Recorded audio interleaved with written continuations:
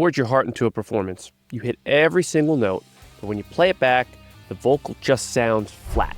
It's dull, lifeless, and completely buried in the mix. Sound familiar?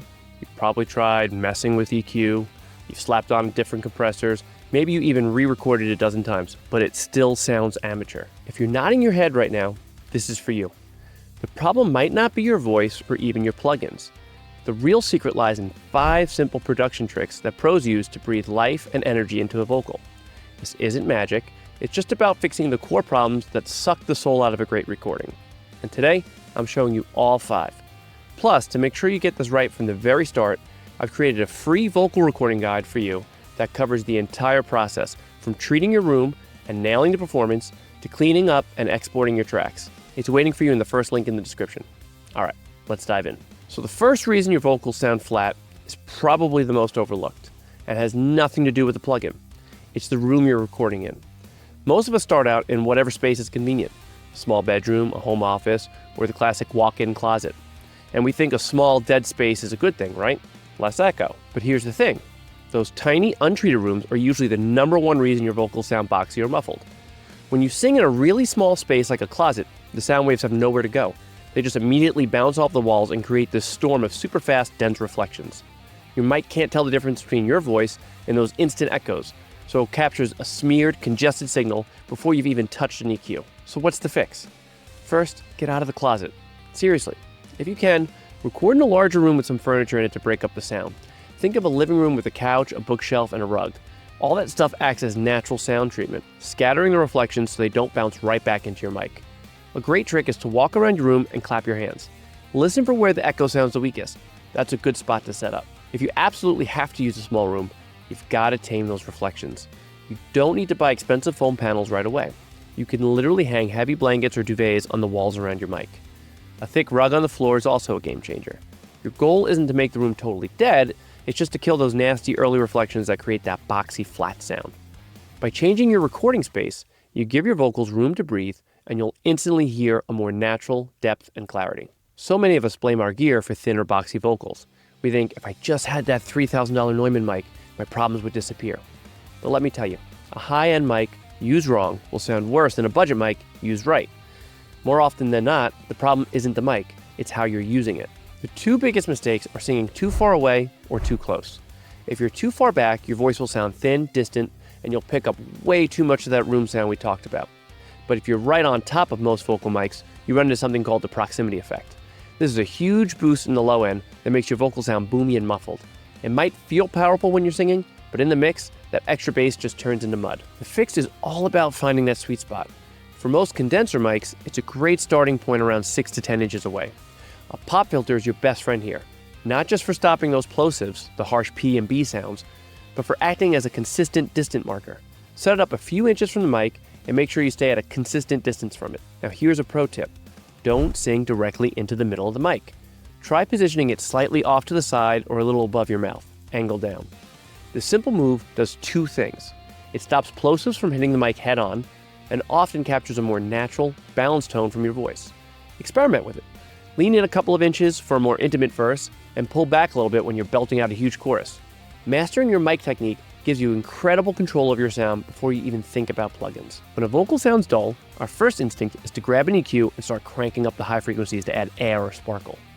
And while a little boost can help, pros almost always start by cutting frequencies, not boosting them. This is called subtractive EQ, and it's the secret to getting clarity and presence without making the vocal sound harsh. You see, that dull, flat sound usually isn't from a lack of high end. It's caused by a buildup of muddy, boxy, or nasal frequencies in the low mids and mid range. These problem spots are like masks, covering up all the good parts of your vocal.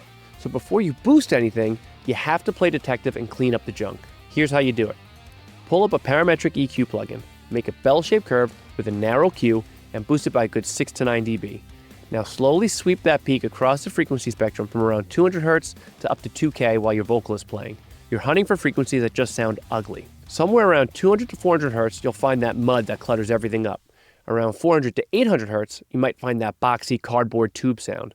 And in the 700s to 1.5K range, you'll often hear those annoying nasal or honky tones. When you find a spot that makes you cringe, you're going to do the exact opposite. You cut it. Make a narrow cut at the same frequency and start pulling it down just a few dB. Be a surgeon here. You want to remove the ugly tone without gutting the character of the voice. You'll probably find 2 or 3 spots to clean up. Once you carved out the mud and boxiness, you'll be shocked. The vocal will suddenly sound clearer and more present, and you haven't even boosted anything yet. Now you can go in with a gentle, wide boost up high and add that final bit of air. By cleaning first, you make space for the vocal's natural brightness to finally shine through. Okay, your recording is clean and your EQ is tight, but the vocal still gets buried under a wall of guitars.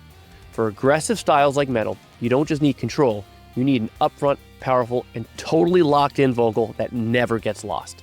The secret isn't one compressor, but gain-staged heavy compression. The idea is to have 2 or 3 compressors in a series, each doing a specific job to create one hyper-consistent result. This sounds intense, but it gives you way more control and sounds more musical than one compressor doing 20 dB of work. Your first compressor's job is to obliterate the peaks. Think of this as a heavy-duty enforcer. Use a fast, aggressive compressor like an 1176 style plugin. Set a high ratio like 8:1 or even 20:1 with a fast attack and fast release. Adjust the threshold so it's aggressively clamping down on the loudest screams and notes, aiming for at least 10 dB of gain reduction. This instantly tames the wild dynamics. Your second compressor provides the body and consistent energy. This one could be a bit more musical, like an LA2A style optical compressor. Its job is to smooth out what's left and add some character. You should be aiming for another 5 to 7 dB of steady gain reduction here. Between these 2 stages, you're hitting at least 20 dB of total gain reduction, which is what it takes to make a vocal command attention in a dense metal mix. Finally, you can add a brick wall limiter at the end of the chain. This is the final safety net. Set it to just shave off another 1 to 2 dB from any stray peaks that make it through. This process creates a vocal that is an absolute brick wall of sound. Powerful, aggressive, and perfectly glued to the front of the mix from start to finish. This last fix is one that really separates the amateur mixes from the pro ones.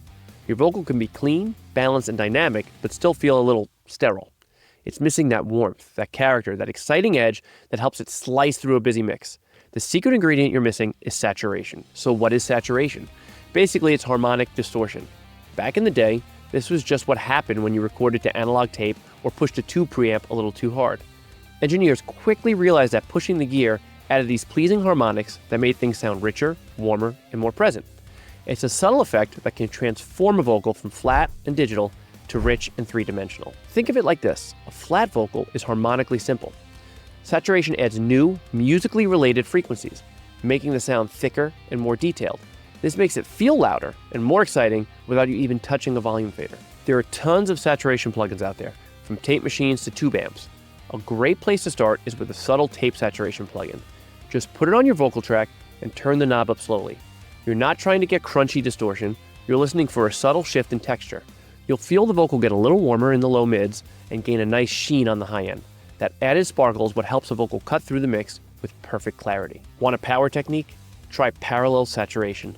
Send your vocal to a separate track, load up a saturation or distortion plugin on that channel, and then gently blend that saturated signal back in underneath your main vocal. This gives you the best of both worlds.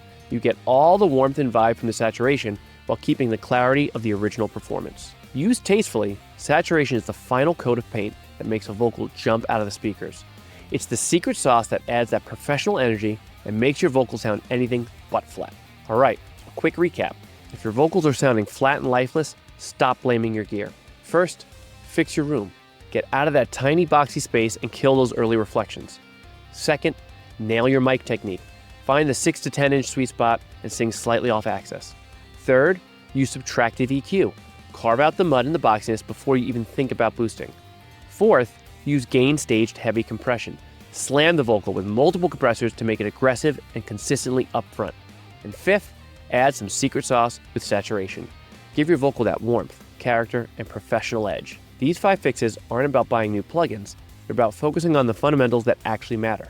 The problem is almost never the tools, but the technique. So next time you feel that frustration, run through these 5 steps. And don't forget to download that free vocal recording guide I mentioned. It's your complete roadmap for getting pro-sounding vocals, covering the room, the performance, track cleanup, and exporting. And it's waiting for you at the first link in the description. If this video helped you out, do me a favor and hit that like button. It makes a huge difference. And subscribe for more tips to help you make better music. Now go make those vocals shine. Happy mixing.